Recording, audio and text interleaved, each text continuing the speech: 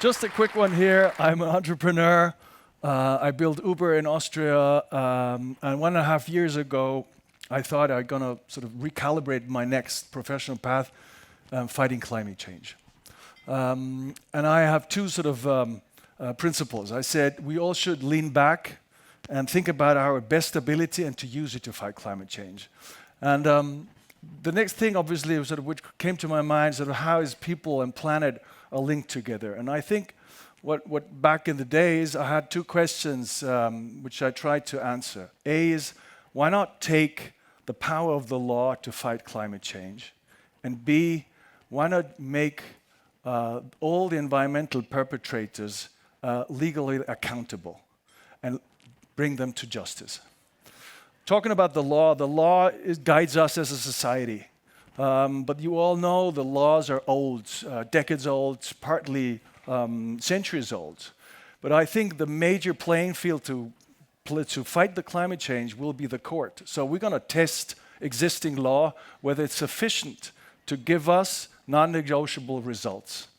If they do, then we can use the law as it exists. If they don't, we need to change law. And that was when I founded All Rise, together with a bunch of people, with scientists, with climatologists, legal experts, comms experts. And the mission is pretty much straightforward. We say we want to develop environmental litigation projects to hold all economic perpetrators to account and to bring them to justice. And our first case we worked on for 14 months. We filed a criminal complaint against the Brazilian president, Jair Bolsonaro, to the International Criminal Court. So what this is all about. The major issue is obviously the devastation of the Brazilian rainforest. And we said we want to hold him to account for acceleration, the devastation of the Brazilian Amazon, with enormous impact on local level, which is sort of the indigenous communities, but also on global level, the climate. And by doing so, we realized, obviously, we're not the first one. There were other communications filed to the International Criminal Court, but from Brazilian indigenous organizations, always focusing, obviously, to protect the homeland and the indigenous people. And our point of distinction is that we also put a focus on the gravity of the crime, which is obviously the causality between mass deforestation and the impact on global climate. And the results are just devastating.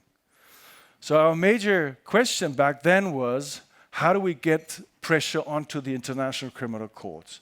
And our theory is, and was back then as well, if we win the court of public opinion, we're going to win in front of the ICC. So we developed a campaign together with a Netherlands-based agency. We developed superb videos and campaign material. I want to show you a video we did. We called it the Manifesto video, which addresses exactly what we do here.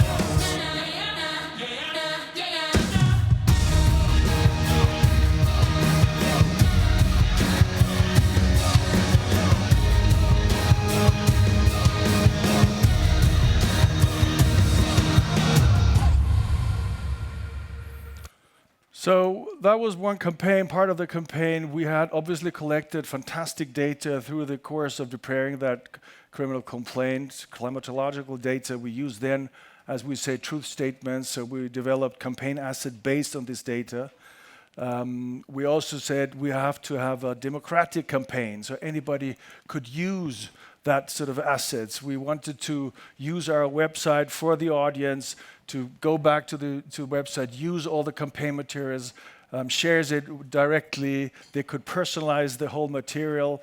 And we can say today that, that the coverage we received, that's interesting, there should be more slides. When we filed on October 12, we had global coverage. Up until today, we have about 50,000 signatures on change.org. We went to Glasgow during the COP to do that projection, to always draw the attention to that very case, and realized it's really of public interest. This slide is more or less the result of a question which keeps following me the whole period of the project.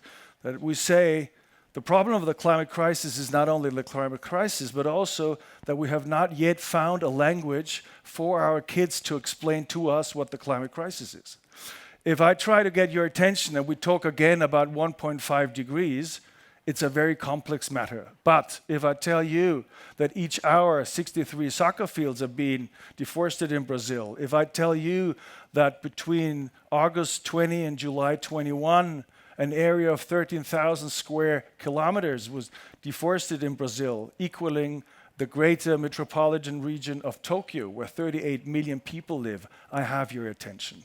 So it's very much about finding a language.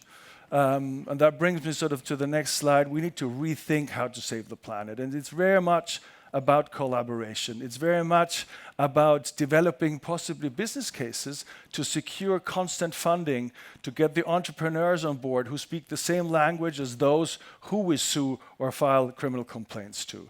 That's a completely different approach than the normal NGOs would take.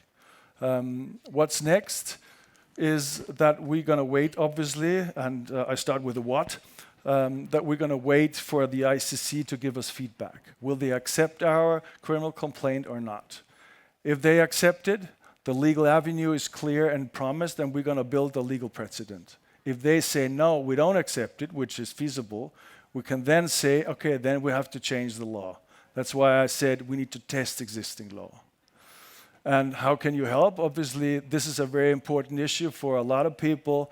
It's all about sharing. It's all about funding. And it's about talking. That legal, the law at the core of such a project can also move a lot. Thank you very much.